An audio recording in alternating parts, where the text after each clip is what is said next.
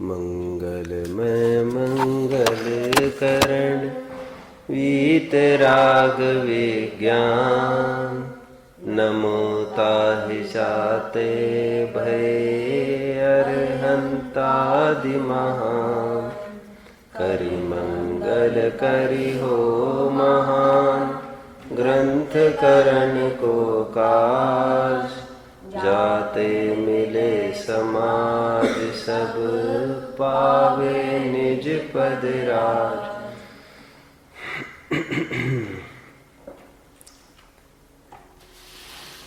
देखो, अपन लोगों का विभाजन दो रूप में करते हैं, एक युवा वर्ग और एक तो वयोवृद्ध बुजुर्ग वर्ग। युवा वर्ग में एक बहुत अच्छी बात है और वयोवृद्धों में एक अच्छी बात है। युवाओं में अच्छी बात यह है कि कोई भी चीज वे ग्रहण करते हैं वे परख कर ही, परीक्षा करके ही उसको ग्रहण करते हैं और उनको सेटिस्फैक्शन होता है लॉजिकल रीजनिंग से। ओके, आज वैज्ञानिक युग है, साइंटिफिक सोच वाले हैं हम लोग। हमको तो चाहिए आप प्रूव करके दिखाओ कोई भी चीज। ये अच्छी चीज आज युवा वर्ग के पास है कि they don't blindly accept anything. They are philosophers, they are scientist and कोई भी तर्क की कसौटी पे कस के वे उसको ग्रहण करते हैं। वृद्ध लोगों में अच्छी बात यह है कि कोई चीज उन्होंने सुनी है परंपरा से, वे उसको मरने की कीमत पर भी नहीं छोड़ते हैं। आप लोगों ने देखा होगा, आपके घर में कोई दादा दादी नाना नानी होंगे, 90+ कोई एजेड होगा, कितनी भी प्रतिकूलताएं आए उनको डिगाने में वे समर्थ नहीं होते। ये कैसी भी नौबत आई वे तो कहते नहीं जाना तो नहीं जाना मुझे डॉक्टर के पास।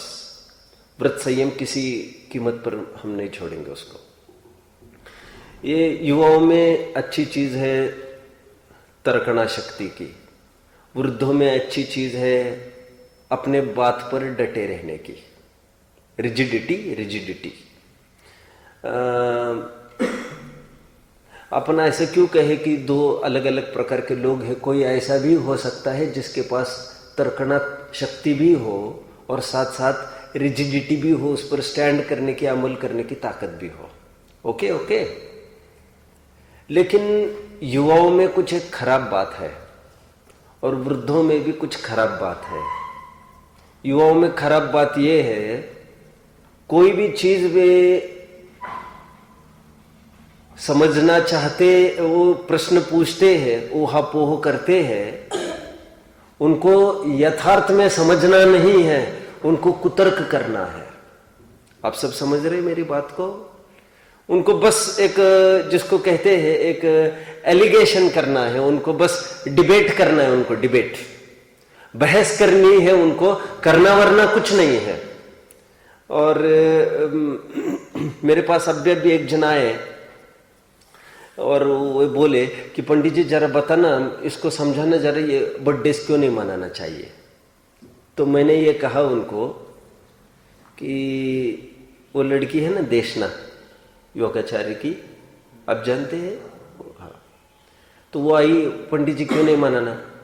मैंने कहा आपको 200 दफे कहा नहीं मनाना चाहिए, किसी के बर्थडेज में नहीं जाना चाहिए, फिर भी आप मानते नहीं हो और अभी भी थोड़ी मानने वाले तुम लोग। मैंने कहा तुम लोग जाना छोड़ेंगे नहीं दूसरों के बर्थडेज में, तुम लोग मनाना छोड़ेंगे नहीं, तुम वागजाल क्यों चाहते हैं हमसे? तो बस सुनने के लिए है क्या? मुझे कुछ नहीं पता, तुम जाओ यहां से, मेरा समय बर्बाद मत करो। तुम टाइम पास के लिए, कुतर्क के लिए कुछ समझना चाहोगे, ये नहीं चलेगा। युवाओं में गंदी चीज ये है, वो कोई भी चीज समझते फिर कुतर्क से उसको उड़ा देते हैं। समझ में आता है? अथवा एक ज्ञान का कुछ प्रमेय के रूप में समझ में आता है, ज्ञान का प्रमेय मिलता है तो उलझने के लिए चर्चा करते रहते हैं। और वृद्धों में खराब चीज एक ये है कि कोई चीज उन्होंने बहुत टाइम पहले से उन्होंने ग्रहण कर रखी है, वो पूर्वाग्रह से हट से भी हो सकती है, और उनको कितना भी समझाए कि ये यथार्थ मार्ग नहीं है, वो अपने जहां पर डटे हैं वे वहां से हटते ही नहीं है। अपन कहते ना 100 डंडे लगाए, फिर भी वो कहते हम बाप दादाओं से करते आए हैं, अब ऐसा नहीं चलेगा, अब ऐसा नहीं चलेगा। उसमें कुछ भी सेंस नहीं हुआ करता, और फिर भी वे नहीं, उससे बाज नहीं आते वे लोग, मरते दम तक वे उसको करते हैं, उसमें कोई सेंस नहीं होते हुए भी। मुझे कुछ बात कहनी है, आप समझ रहे होंगे। मुझे ये चीज कहनी है कि हमें चाहिए ये था कि हम कोई भी चीज एक्सेप्ट करें, हम लॉजिक से एक्सेप्ट करें, ब्लाइंडली कुछ भी एक्सेप्ट नहीं करें। बस हमारे बाप दादा करते आए हैं, इस प्रकार ऑर्थोडॉक्स के रूप में हम कुछ भी स्वीकार नहीं कर सकते। रूढ़ानुवाद हम बिल्कुल चारा पानी नहीं डाल सकते। हमारा बाप दादा करते थे इसलिए हम करेंगे, ऐसा कदापि नहीं होगा। हमको तो प्रॉपर यह समझ में आए कि ये इसीलिए उचित है तो हम करेंगे। हमें प्राचीन और अर्वाचीन से मतलब नहीं है, हमें समीचीन से मतलब है। कोई चीज पुरानी हो, कोई चीज नई हो, नई पुराने से हम मतलब नहीं रखते हैं। ओल्ड इज गोल्ड वाले नहीं है हम तो यहां तक मानते हैं जो सब पुराना होता है वो सब अच्छा होना जरूरी नहीं है, और जो सब नया होता है वो सब खराब होना जरूरी नहीं है। हम तो बस हमको चाहिए कोई लॉजिकल रीजनिंग दो, वो चीज अच्छी होगी तो हम उसको एक्सेप्ट कर लेंगे। गेटिंग? और व्हेन वी एक्सेप्ट इट, फिर जान जाने की कीमत पर भी हम उसको छोड़ेंगे नहीं। अब समझ में आता है, हमारे में जोश भी हो और हमारे में होश भी हो। जोश मतलब तर्कना ताकत भी हो, और हम में फिर होश हवास में हम बराबर उसका निर्वाह भी करें। फिजूल में समय बर्बाद करने के लिए हम कुतर्क में ना उलझे, वागजाल में ना उलझे, और फालतू चर्चा में ना उलझे, कर्नेंद्रिय का सुख ना लेवे। और सुना है तो हम जीवन में भी उसको डट के फॉलो करें उसको। दो बातें समझ में आई। यहां पर तो देखिए, अभी आपको एक्सपेरिमेंट है, एम टू प्रूव भोगों में दुख है। ओके, आपको प्रूव ये करना है। थ्योरम क्या है आपका? भोगों में दुख है। How will you prove that thing? First let us prove with आगम। सभी शास्त्र एक मुख से कहते हैं कि भोगों में दुख है। एक चार्वाक मत को छोड़ो। अभी थोड़े दिन पहले बच्चे बोल रहे थे कि अपने पीएम ने, मोदी ने स्पीच में चार्वाक मत का खंडन किया। आपके ज्ञान में नहीं है। बच्चे मुझे बोल रहे थे 15 दिन हुए, एक स्पीच दिया मोदी ने डिमोनेटाइजेशन के काल में, हुआ होगा 1.5 महीना। वहां पर स्पीच में उन्होंने कहा यह भारत ऐसा देश है जहां पर कमाओ और खाओ ये रीति नीति चलती है, मेहनत करो। यहां पर ईट ड्रिंक एंड लिव मेरी, ऐसा चार्वाक मत भारतीय संस्कृति वाले नहीं मानते। यहां पर पसीना बहाना पड़ता है।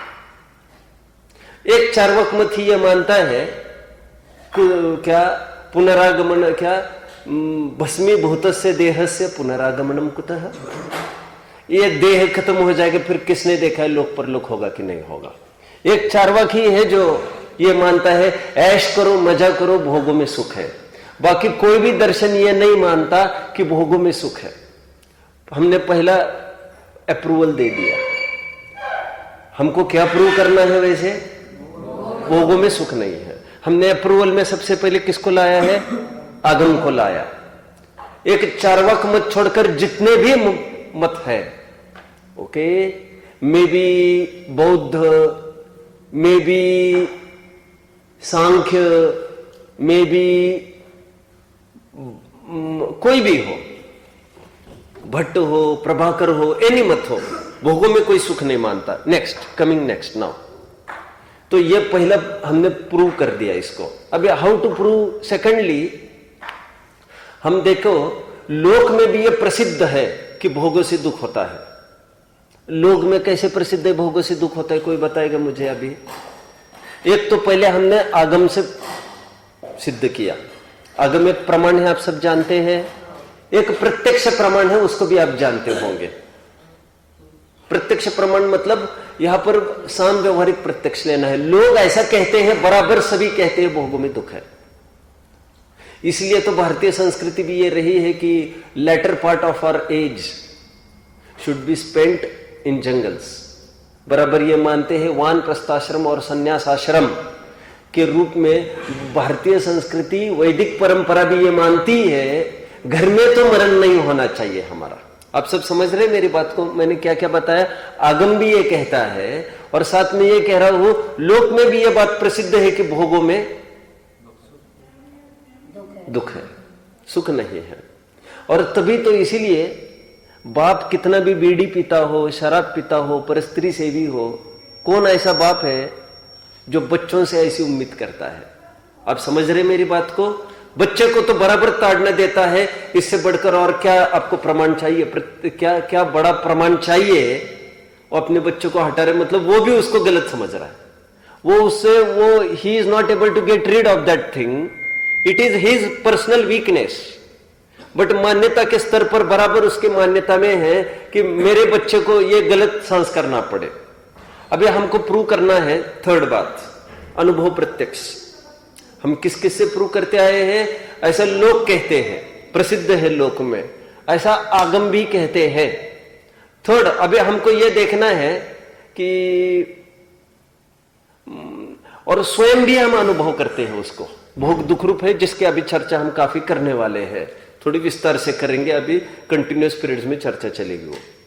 और लेकिन जब जैनेतरों के अथवा जब डिबेट होता है तो डिबेट में ये तीनों काम नहीं आते। कौन कौन से काम नहीं आते? बोलो प्रणव, कौन कौन से काम नहीं आते? आगम प्रमाण काम में नहीं आता, क्योंकि हम अपना आगम दिखाएंगे, चार्वाक अपना आगम दिखाएगा। एक बात। सेकंड बात, लोक में ऐसा कहते हैं तो कहते लोक में ऐसा भी तो कहते हैं, ईट ड्रिंक एंड लिव मेरी, तो वो भी काम नहीं आएगा। और प्रत्यक्ष अनुभूति की बात है, वो काम आएगी क्या डिबेट में? वो इसलिए काम में नहीं आएगी। वो कहते प्रत्यक्ष दुख है साहब, वो तो कहेंगे प्रत्यक्ष सुख है साहब, तो ये भी पार नहीं पड़ेगी। तीनों से पार नहीं पड़ती डिबेट में। And anything is to be proved should be proved by तर्कयुक्ति, लॉजिकल थिंकिंग से उसको प्रूव होना चाहिए। कोर्ट में ये कहकर कोई रिहाई नहीं हो सकती किसी की, साहब हम ऐसा कर सकते कि आपको हमारे ऊपर विश्वास नहीं, साहब हम आप ऐसा कर सकते हैं। और किसी को भी पूछ लो, साहब ऐसा ऐसा नहीं चलेगा, ऐसा नहीं चलेगा। तुमको प्रूफ प्रमाण देना पड़ेगा कि तुम गलत नहीं हो। तो देखो यहां पर हमको भोग ये दुख है ये सिद्ध करना है, तो यहां पर लोग ऐसा कहते ये भी नहीं चलेगा, क्योंकि लोग अन्यथा कहते हुए भी पाए जाएंगे। आगम तो आगम के भी विपर्यास पाए जा सकते हैं। ये काम शास्त्र इतने लिखे गए हैं, श्रृंगार साहित्य इतना लिखा गया है, ये सब काय के लिए लिखा गया है? ये तो यही बताते हैं कि इसमें से सुख है, तो ये भी काम नहीं आएगा। और प्रत्यक्ष जो अपनी बात है वो तो सब अपनी अपनी कहेंगे। तो लॉजिकल से हम आपको सिद्ध करना है। अभी एम है कि भोगों में दुख है ये सिद्ध करो, लेकिन सिद्ध कैसे करना है? आपको लॉजिक से सिद्ध करना है। तो आइए हम देखते हैं लॉजिक से इसको कैसे सिद्ध करेंगे। मैं आपको थोड़ा पहले प्रश्न पूछूं, हमको यह सिद्ध करना है, अभी पसीना छूट सकता है आपको भी, हमको यह सिद्ध करना है कि शराब दुख रूप है। कैसे सिद्ध करेंगे आप यदि ये कहेंगे साहब ये सब जानते हैं, तो कहेंगे, वो सामने वाला कहेगा कोई नहीं जानता। हम लोगों में तो यही प्रचलन है, बराबर शराब से सुख होता है। बल्कि बात उल्टी है, no life without wine my dear, no life, no life. ऐसा जीना क्या जीना है, दिख। और खास तौर पर ऐसी कंट्रीज में जहां पर बच्चा बच्चा शराब पीता हो, अरेबियन कंट्रीज में, मुस्लिम कंट्रीज में, जहां पर बच्चों को घुटी में ही, मां का दूध तो कब मिलेगा उसको, लेकिन सबसे पहला सिप यदि वो लेता होगा जीवन में, तो सबसे पहले उसको शराब। शराब के बिना जहां पर जीवन ही नहीं है, ऐसे देश में तुम खड़े हो, ये मान के चलो। और तुमको ये सिद्ध करना है शराब दुख रूप है, तुम कैसे सिद्ध करेंगे मुझे बताओ? How will you prove? लोग कहते तो कहते, लोग कहते हैं, लोग तो ये कहते हैं, पूछो, हर किसी को पूछो, मेजोरिटी उनकी हो सकती है। और आज तो ट्रेंड ऐसा है, आज तो ट्रेंड ऐसा है शराब खानों में कम नहीं दिखते आपको। परमिट रूम्स कितने हैं, बड़े बड़े स्टार्स जिनके आप फैन हो, बड़े बड़े लीडर्स जिनके आप फैन हो, वे सब यही करते साहब। कहते कुछ भी हो बाहर कहते कुछ भी हो, लेकिन स्वयं तो पीते हैं, स्वयं सुख है तभी तो पीते हैं। तो लोक में ऐसा कहते ठीक है। अब शराब को दुख रूप कैसे सिद्ध करेंगे? फिर प्रत्यक्ष कहते प्रत्यक्ष दुख रूप है, वो कहेगा नहीं नहीं प्रत्यक्ष सुख रूप है, हम अनुभव कर रहे हैं। अब इसकी पार कैसे पड़ेगी बताओ मुझे, कैसे सिद्ध होगा? अब ये लॉजिकल से ही अप्रोच होगा इसका। लोग कहते हैं इससे भी पार नहीं पड़ रही है, प्रत्यक्ष अनुभव कर रहे हैं इससे भी पार नहीं पड़ रही है, लॉजिक से इसको पार पाड़ेंगे। अभी we will make him realise, he will be obliged to accept the fact। हम कुछ ऐसा करेंगे जिससे तुम बाध्य हो जाओगे सत्य को ग्रहण करने के लिए। हम कुछ ऐसा लॉजिक देंगे। अभी क्या लॉजिक हो सकता है इसमें? देखिए, आप सब जानते हैं शराब सबसे पहले तो जीवन नाशक है। लॉजिक दे रहे हैं हम, लॉजिक। जीवन नाशक मतलब आप क्या समझे? वैसे आप ये समझ रहे होंगे कि नहीं, स्वास्थ्य के लिए तो बहुत खराब असर करता है, आप ये समझ रहे होंगे वैसे। लेकिन मुझे ये नहीं कहना है, मुझे ये कहना है, मुझे सीधा रोग की बात नहीं कहकर मुझे कहना है आपका जीवन घटता है, आपका जल्दी मरण होता है। मुझे कहता है आपका ऐसा कुछ यत्न जिससे आपका जीवन घट जाए, वो डेफिनेटली दुखरूप होगी। जैसे लॉजिक, मेडिसिन आप ग्रहण करते हो, उसको अच्छा माना जाता है। Why? Because it extends your life. और मरना कोई नहीं चाहता, मरना कोई चाहता नहीं। और शराब आपका जीवन खत्म कर देता है, जीवन नाश की तरफ लेके जाता है। इससे ये सिद्ध हुआ, प्रूव हुआ कि शराब दुखरूप है। लॉजिकल कैसे हमने फिट किया इसको? जीवन नाशक। जीवन नाशक मतलब क्या बता रहे हैं हमको? हम ये बता रहे हैं जैसे मेडिसिन है, all the things good for health you like and prefer to maintain your physique। That's why doctor के पास भी तुम जाकर करोड़ों देते हैं, डॉक्टर साहब ठीक करो ठीक करो। अरे जो हैंग ओवर हुआ है शराब पी पी कर, एक कंप्यूटर भी हैंग ओवर होता है, आप जानते हैं ना। और एक शराब पी पी कर भी कोई हैंग ओवर हुआ है, तो after getting hung up, what does he expect from the others? यदि थोड़ा भी होश में आएगा वो क्या बोलेगा? पहली लाइन बोल लो आप में से कोई, बोलो। बचाने के लिए दवा दो, डॉक्टर के पास ले चलो जल्दी, मुझे बचाओ, मुझे जीना, मुझे जीना। यद्यपि जीने के बाद फिर पीने की सोचेगा, लेकिन मैं क्या कह रहा हूं, वो जीना चाहता है और उसके लिए कितना भी पैसा खर्च कर सकता है वो। और क्यों? जो जीवन बढ़ाए। और शराब उल्टा काम करती है, जीवन उसका घटाती है। ओके। और जितना बचाई भी रखती है वो मरे समान रखती है, जिसमें होश ही नहीं रहेगा तुमको। ऐसा आनंद किस काम का? आनंद तो वो काम का है जिसमें हमें होश भी बना रहे, तभी तो वो होश ही तो वेदन करेगा आनंद का। जिसमें तुम बेहोशी होगे तो तुम वेदन काय का करते हो, ये तो बताओ हमको।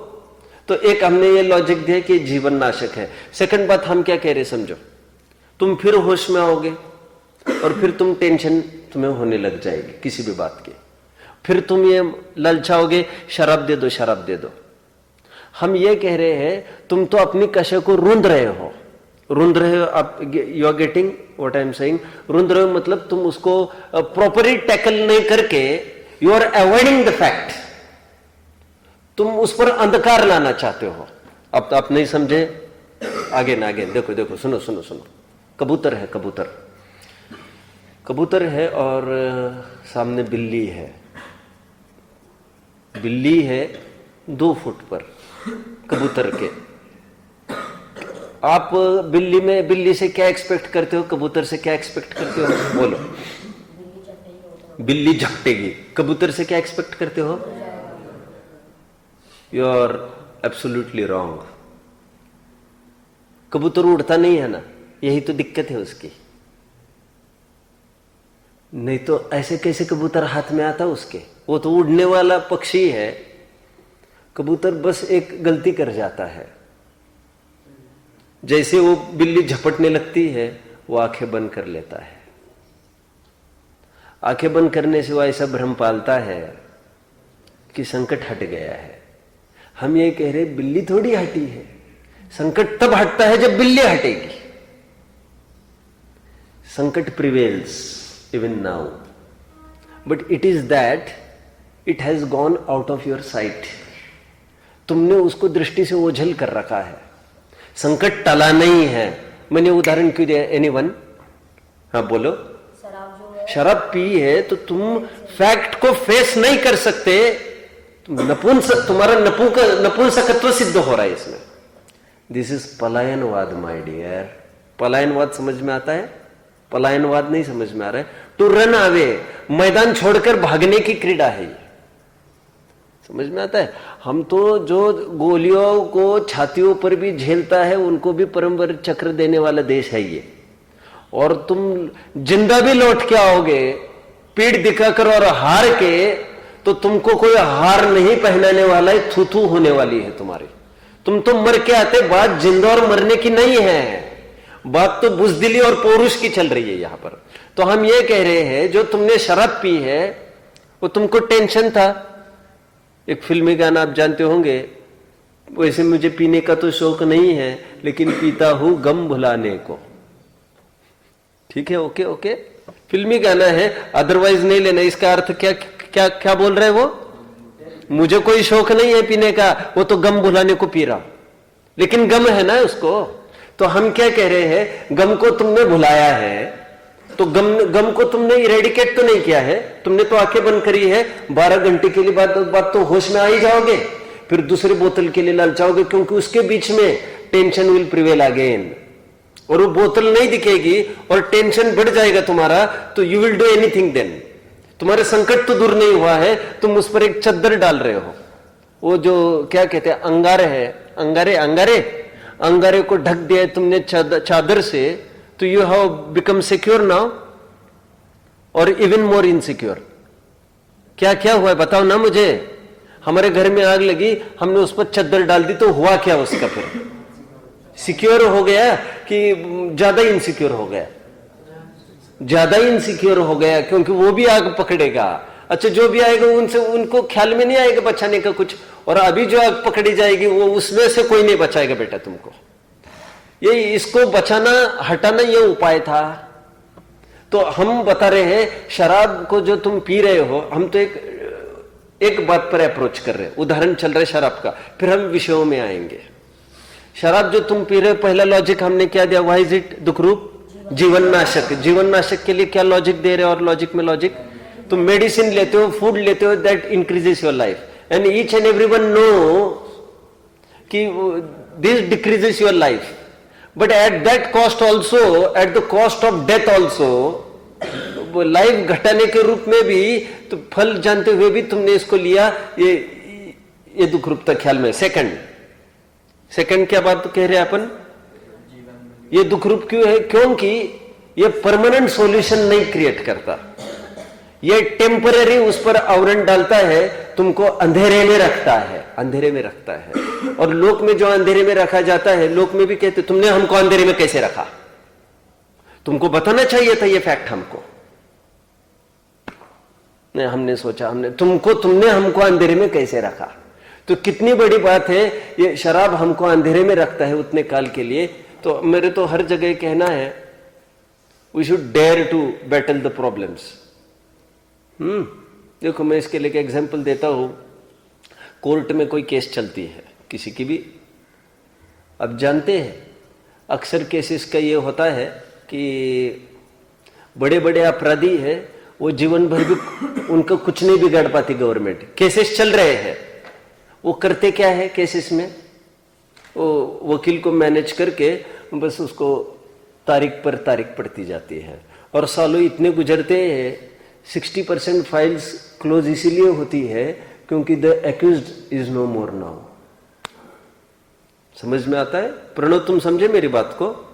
जिस पर केस चल रहा है वो जिंदा रहे तभी तो उसको सजा देवे। और 60% केसेस बड़े बड़े लोगों की, ये जो लीडर्स है ना जिन पर केसेस चलती है, वो कभी काम नहीं उनके अंदर जाने का या फांसी पर लटकने का, ऐसा क्यों नहीं होता? ये सब पता ये फ्रॉड किया है लालू प्रसाद यादव ने, सब जानते हैं, लेकिन वी हैव समथिंग टू से। तो हमारे भी सुना जाए हमारा पक्ष। तो जब कोर्ट में आते तो कुछ कहते और फिर अथवा तो बीमारी का बहाना कुछ बनाकर सालों खींच देते हैं ये। तो मुझे तो एक बात कहनी होती है, तो जो कायर लोग होते हैं वे तारीख पर तारीख आगे बढ़ाते जाते हैं, अथवा जो अपराधी हो, जो सच्ची डेयरिंग वाला हो, वो काय के लिए पैसे में मैनेज करके तारीख पर तारीख बढ़ाएगा? क्योंकि तुम अगले महीने में तारीख शिफ्ट करी तो उससे बोलो, बात को पूरी करो, कोई संकट टल तो नहीं जाएगा। That prevails even today. But तो और तुम बराबर टेंशन में चल रहे हो महीना भर, ऐसा नहीं संकट टला है। तो जो तगड़ी छाती वाला होगा वो क्या कर सकता है बताओ? जो होगा यार आर्या पार होगा, हम जाकर I will confess in front of the court, if I have mistaken then I will accept. और जो होगा आर्या पार होगा, घुट घुट के तो नहीं मरेंगे। और ऐसों के लिए गवर्नमेंट कितनी फैसिलिटीज दे रही है अभी, वो आखिर ये कहे कि I am ready to surrender और मैंने ये किया है। आप कोई खोजबीन नहीं करो अपराधी की, या अपराधी मैं खड़ा हूं, मैं सरेंडर करता हूं और मैंने गलती करी है। He will write a letter to president, to prime minister कि आई एम गिल्टी। ओके, अब तो नहीं जानते होंगे ये जोशी अभ्यंकर कांड आपने जानते हैं। ये लगभग 35 ईयर्स बिफोर, 30-35 ईयर्स बिफोर, तब तो मैं भी नहीं के बराबर ही था। तो 30-35 ईयर्स बिफोर एक बहुत बड़ा कांड हुआ पूना में, और एक series of robberies took place then. एक 4 जन का ग्रुप था, एक बेल देते थे दोपहर के टाइम में, जब कोई नहीं, दिन दहाड़े ही आते थे, ये रात में नहीं करते थे। जिसने दरवाजा खोला उसको मुंह दबा दिया, खत्म, अंदर ले गए, खत्म, सब लूटपाट कर लिया, आउट, और खून करके बाहर। Number of cases, Joshi Abhyankar कांड कहते उसको, क्योंकि उसमें 2 महत्वपूर्ण आदमी थे, जोशी एंड अभ्यंकर। एक person name Joshi and second Abhyankar. फिर वो उनको जेल हुई, बाद में पकड़े गए, एक छोटे बच्चे ने पकड़ा, वो उसकी बड़ी हिस्ट्री है। मुझे तो एक बात कहनी है, फिर जोशी ने when he was sentenced to death, then he wrote a book in jail, yes I am guilty. Book का क्या नाम है? मैं कह रहा हूं ऐसा आप डाल दो पीएम को, प्रेसिडेंट को, और आप उनको कमिट करो प्रॉपरली, तो गवर्नमेंट विल कंसिडर। 15 अगस्त के दिन we are thinking to release 5 persons, your name may be amongst those. फिर जेलर से भी रिपोर्ट मंगाई, how is his performance, he is undergoing so much repentance, बहुत उसको घुटन हो रही है यहाँ पर, और वो बहुत पश्चाताप हो रहा है, काम में भी बहुत अच्छा है, यहाँ पर भी कोई दंगा नहीं करता है, बहुत सज्जन है। Okay okay okay, we will care, we will consider. 15 अगस्त को उसको रिहाई। तो तुम्हें क्या करना चाहिए? मुझे क्या कहने, क्यों कह रहा हूं मैं? Dare to battle the problems. उसको आगे पर लिंगर, डोंट लिंगर ऑन। मैं क्यों कह रहा हूं? ये शराब के अपन लॉजिकल बात कर रहे हैं, तुमने शराब क्यों पीता हूं, गम भुलाने को जो कह रहा है वो, हम कह रहे तुम्हें क्या प्रॉब्लम है, टेंशन है, सब ये तकलीफ है, घर में बहुत झगड़े होते, फिर शराब पीता हूं तो क्या होता है? तो ज्ञान वहां से तुम चुरा लेते हो भाई। और तुम तो तत्व ज्ञान से सोचो, उसमें से हल निकालो, रास्ता निकालो। तत्व ज्ञान समाधान कारक है। ये तो उदाहरण हुआ। अभी विषय दुख रूप है, ये एम सिद्ध करना है आपको। ये कैसे सिद्ध करेंगे आप? विषय दुख रूप है, ये आपको सिद्ध करना है। How will you? और फिर मैंने कल बात कही थी, लोग शराब पीते हैं तो फिर बुरा क्यों कहते, क्या मालूम?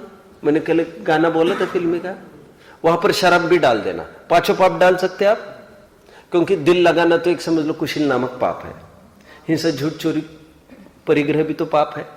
तो कोई ये भी तो प्रश्न पूछ सकता है, जब शराब लोग पीते हैं तो उसको बुरा क्यों कहते हैं? हम तो ये कहते हैं शराब पीते हैं फिर भी उसको बुरा कहते हैं तो कुछ विचारणीय है। दिल लगाते हैं फिर भी उसको बुरा कहते हैं तो कुछ विचारणीय है। हमको घुमाओ मत कुतर्क से, हम तो बल्कि तुमको पूछ रहे हैं। This should be our question actually. तुम क्या कह रहे साहब, शराब सब पीते तो काय के लिए बुरा कहते, क्या मानो? तो ये तो हमारा प्रश्न है, तुम बुरा कहते हो तो क्यों पीते हो? फिर तुम उल्टा हमको बोल रहे हो ऐसा। सब जानते हैं दिल लगाना खराब है, तो ये तो हमारा प्रश्न है, तो फिर काय के लिए तुम मुंह मार रहा है? समझ में आता है? ये पांचों पापों में लगेगा तुम्हारा। तो हम विषयों में भी ऐसा लगा है। विषय में कैसे लगेगा तो बताओ?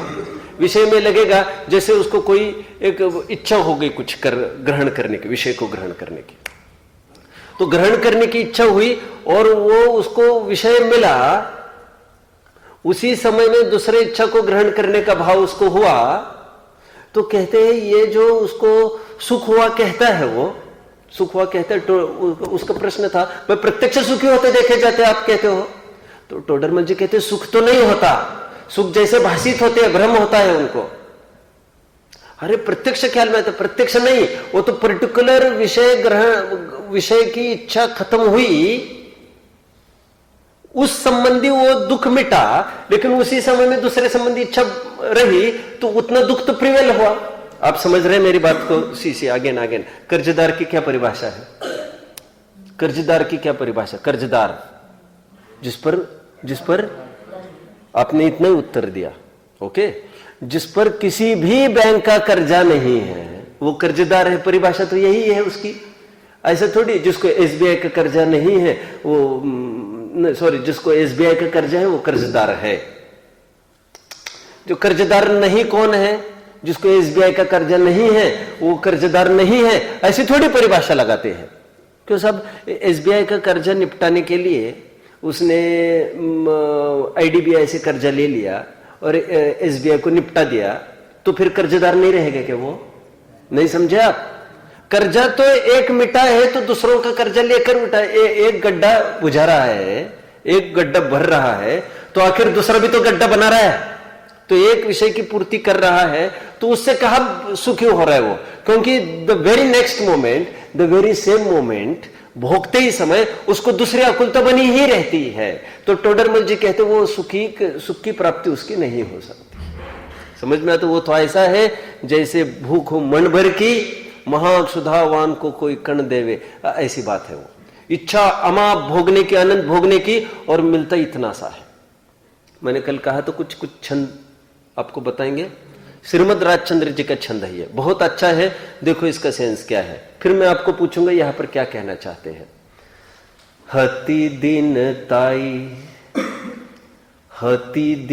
ताई जल्दी त्यारे ताके पटेलाई आने, हति दिन ताई त्यारे ताके पटेलाई आने, गुजराती है। इसका क्या अर्थ है? ये कौन है? ये क्या नाम है इसका? मैं भूल गया ये। हाँ, क्या संदेश बोलो, क्या लाइन बोली? हति दिन ताई त्यारे ताके पटेलाई आने, क्या मतलब है इसका? बहुत दीन था थी, तो उसने सोचा कि हमको पटेलाई मिले। पटेलाई समझते हो आप? पहले गांव के कुछ प्रमुख को, जोन के प्रमुख को पटेल कहा जाता था, पटेल। तो बहुत गरीब था, तो व्हाट डिड ही थिंक कि मैं पटेल बन जाऊं। हति दिन ताई त्यारे ताके पटेलाई आने, मली पटेलाई त्यारे ताके छेटाई ने।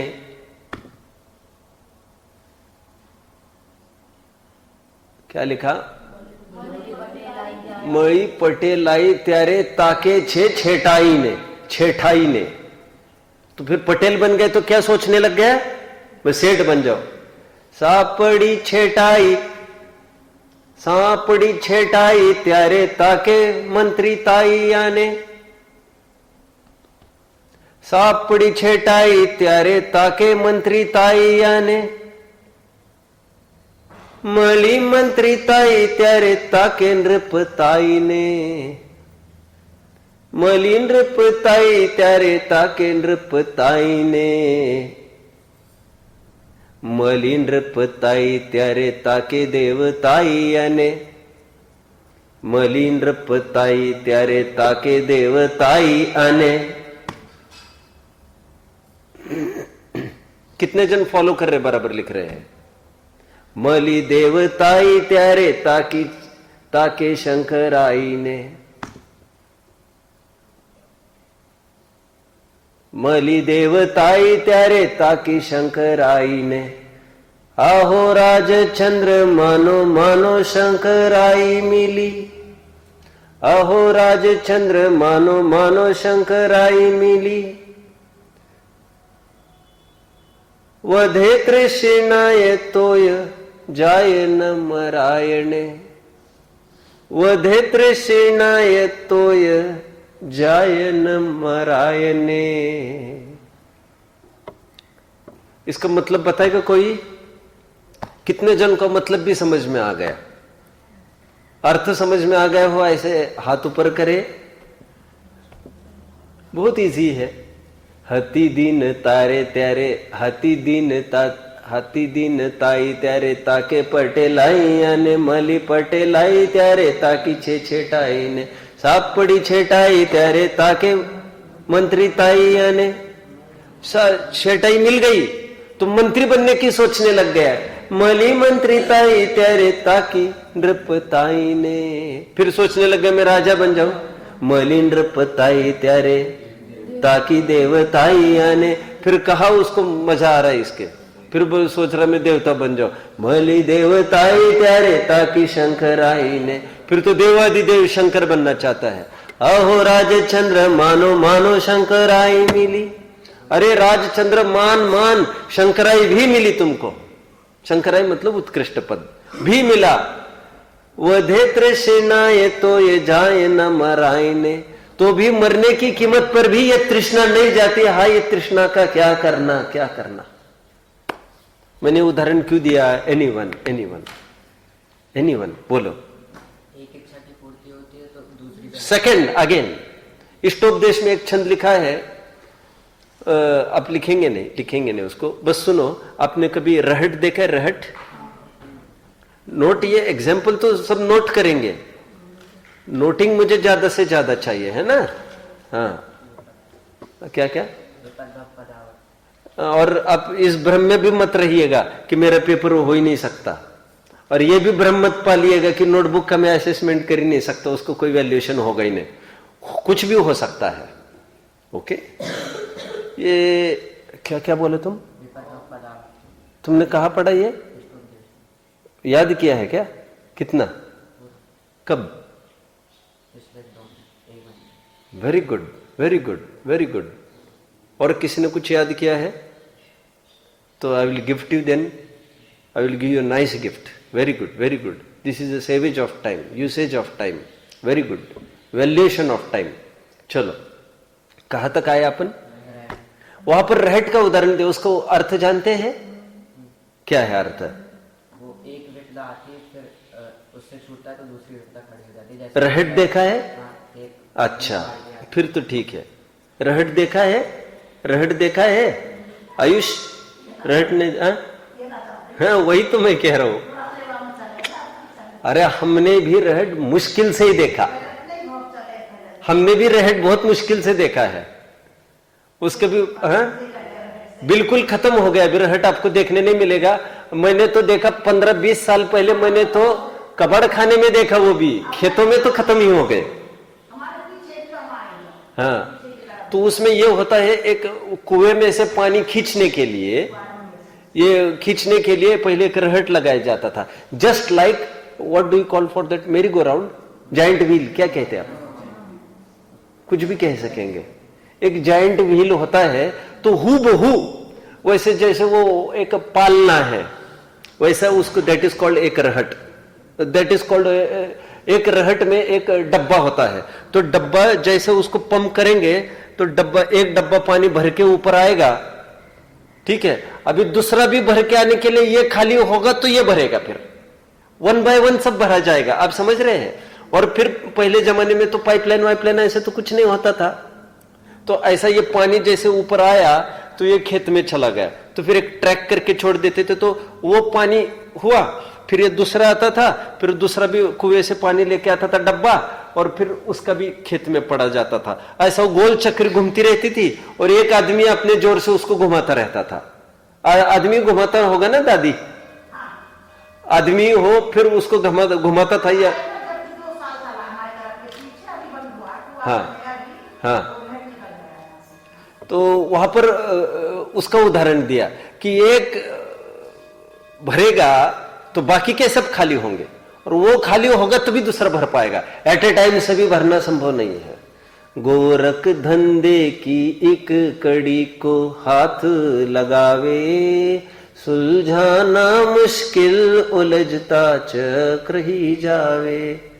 त्यों ही समस्याएं अनंत जीवन है थोड़ा, सुलझाने की आकुलता में जीवन होवे पूरा। नहीं सुना होगा आप लोगों ने कभी। गोरख धंधे की एक कड़ी को हाथ लगावे, लिखा हो चाहिए तो लिखा दिखा सकूंगा फिर मुझे मिला तो। क्या है? गोरख धंधे की एक कड़ी को हाथ लगावे, सुलझाना मुश्किल उलझता चक्र ही जावे। त्यों ही समस्याएं अनंत जीवन है थोड़ा, आकुलता को क्या क्या कहा था? कुछ अभी बोला था मैंने। सुलझाना मुश्किल उलझता चक्र ही जावे। अब एक सुलझाओगे बाकी का सब फंस जाएगा, फिर वो छुड़ाओगे मेंढकों को तोलने जैसा हो जाएगा। तो टोडरमल जी का यहाँ पर ये कहना है, विषयों की ऐसी बड़ी मार है, उसको कर्जे से नील कैसे कहे? उन्होंने प्रश्न कहा। कर्जा दूसरे से तो लिया है उसने, कोई एसबीआई की बात थोड़ी कर रहे हैं हम, कह रहे तो विषय दूसरा ग्रहण कर रहे तो सुख काय का। अभी मैं आपको इन फोर्थ कमिंग पीरियड्स मैं आपको भली भांति भाषित कराऊंगा कि भोग कैसे दुख रूप है, समझ में आता है? तो देखो इसमें तो ऐसे होते रस साहित्य होता है, आप जानते हैं रस 9 प्रकार के रस कहे हैं। यहाँ अमरस और नींबू का रस की बात नहीं कर रहा हूं। इस भक्ति साहित्य में साहित्यों में 9 प्रकार के रस बताए हैं। जैसे अपना समय सार है, बोलो बोलो ना, फिर तुम हाँ हाँ कर रहे थे।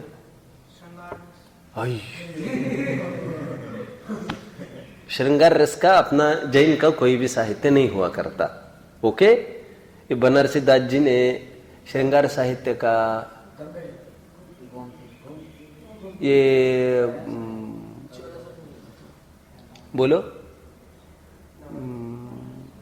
क्या नवरस लिखा था, फिर बाद में उन्होंने गोमती नदी में बहा दिया था। श्रृंगार साहित्य उसको कहते हैं। श्रृंगार साहित्य सूरदास का है, श्रृंगार साहित्य कालिदास का है। अपने में श्रृंगार रस नहीं हुआ करता। समय सारी इज कंसिडर्ड टू बी शांत रस वाला माना जाता है वो। और मैं तो ये कह रहा हूं, एक भय रस होता है जिसमें मैं कुछ कहूंगा तो आप डरने लग जाएंगे, समझ में आता है? वीर रस के कुछ भक्ति होती है, मैं उसको कहते जाऊंगा तो आपको ताकत आने लग जाएगी। और ऐसे कवि होते थे, 9 ज्वेल्स होते थे ना, मैं तो ज्यादा नहीं जानता, भूल रहा हूं मैं सब। एक Tansen was one of the jewels of Akbar's court, और बहुत सारे ऐसे, बिरबल वॉज ऑल्सो ज्वेल। तो बिरबल बुद्धिमत्ता के लिए था, बिरबल थोड़े ना कुछ बजाना जानता था, और तानसेन थोड़े ना कोई उपदेश देना जानता था। मुझे तो ये कहना है, तो वो कवियों को इसलिए रखा जाता था जैसे लड़ाई करनी है कल, तो what have you to do. तो तुम वीर रस की यहां पर इतनी बहाना चालू करेंगे तो सुनो, वीर रस को सुनकर सामान्य शब्दों में जो बेहोश भी पड़ा है वो भी एकदम जोश से जागृत होकर तलवार खड़ी लेकर कहा है, और सामने कोई आया तो बराबर गर्दन ही छाट ले उसकी। तो उनको जस्ट टू कहना चाहिए, टू इंस्पिरेट देम, क्या कहना चाहिए, to motivate them in a particular direction. उनको वीर रस करना है तो उनको कल इसका उदाहरण मैं दे रहा था ना, महाराणा प्रताप का। महाराणा प्रताप को जानते हो? भामाशाह के पैसे नहीं काम नहीं किया है। आपको क्या लगता है कि पैसा काम करता है क्या? उसको एक चिट्ठी लिखी उसके अपने सेनापति ने, मैंने कभी बताया आपको? नहीं बताया। उसकी चिट्ठी लिखी सेनापति ने उसको, वो जेल में बंदी था, अकबर ने उसको जब बंदी बना लिया था, तो उसका सेनापति था, वो तो भाग गया, महाराणा भाग गया, नहीं तो उसको भी मैं देख लूंगा, तुम्हें बंदी बनाकर रखूंगा। तो उसने अंदर से एक चिट्ठी लिखी महाराणा प्रताप को, साहब हमने तो ये सुना है महाराणा प्रताप को क्या चिट्ठी लिखी? हमने सुना है वीर पुरुष है वे नपुंसक बन गए हैं। समझ में आया? जिनकी नस नस में, रग रग में खून और वीर्य बहता था, उनकी धमनियों में ये खून बहना बंद हो गया है। The blood has gone frozen. What amazing! जो तलवारें दूसरों की छातियों पर चला करती थी, हमने यह सुना है वो तलवार हमेशा हमेशा के लिए मौन हो गई और म्यान में ही कायर की भांति पूंछ दबाकर छुप गई। जानते हो, ये चिट्ठी पढ़ के उससे नहीं रहा गया, क्योंकि डायरेक्ट उसको चैलेंज था वो, और उसका सेनापति था वो वीर रस कहते हैं उसको, कि तुम हिम्मत नहीं हारो, तुम स्वयं को अकेला मत समझो, क्योंकि every battle starts from a single person. You shouldn't. एक गांधी एक आदमी था और गांधी ने सब खटिया खड़ी कर दी अंग्रेजों की। Starts from a mission, a very big mission starts from a single person. जैसे अपन कहते हैं ना, very big journey of a miles starts from a single step. उसी प्रकार मॉब ऐसा नहीं हुआ करता, एक मॉब को खड़ा करता है। हमने सुना नपुंसकों को अंगीकार किया आपने, नपुंसकत्व को। This is not fair. एकदम उसको जोश आया और उसी टाइम में पैसा भी आ गया, फिर वो बढ़ने लग गया। मैं तो क्यों बता रहा था इतना सारा? क्यों बता रहा था मैं वीर रस भी? मैं क्यों बता रहा था ये? क्यों बता रहा था ऐसे? क्यों बता रहा था? क्यों आया ये प्रकरण रस का? मैं तो विषयों का आपको वर्णन करूंगा, फिर लॉजिकली हम ये थिंक करना है कि विषय वास्तव में दुख रूप है, और उसका प्रमाण ये है हमको भय पैदा होना चाहिए। फिर क्या क्या प्रमाण है? मैंने कहा ना, इसलिए भय रस, एक रस पैदा होगा। तो देखिए, विषयों के प्रति भय होगा। मुझे तो क्या कहना था, विषयों को सुनकर भय होना चाहिए, ऐसा कहा लिखा। जगत काय स्वभाव व संवेग वैराग्यार्थम, तत्वार सूत्र का 7वां अध्याय है। तत्वार सूत्र का 7वां अध्याय का एक सूत्र है। क्या है? मैं भी 7वां अध्याय का 22वां सूत्र होगा क्या, आपको देखना पड़ेगा। क्या बोला अभी? जगत काय स्वभाव व संवेग वैराग्यार्थम। क्या मतलब है इसका? क्या मतलब है?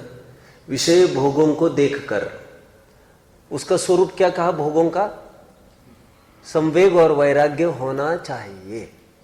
तुम ध्यान नहीं है तुम्हारा, डिस्टर्ब हो तुम, और वैसे ही तुम लेट आए वाले हो पीछे वाले। तो मैं क्या क्या बोला सूत्र मैंने? जगत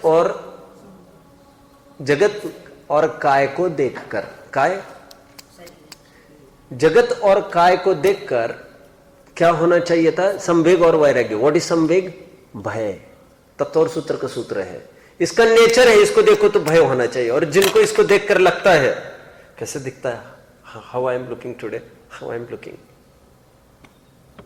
जिसको ऐसा लगता है, जिसको राग पैदा हो रहा है, something is wrong in his eyesight, then समझ में आता है उसका कुछ दोष हुआ है उसको। नहीं तो फिर आचार्य अंधे थे ऐसा कहना पड़ेगा, जो उनको दिखा सो तुमको नहीं दिख रहा है। समझ रहे? देखेंगे। ओम नमः।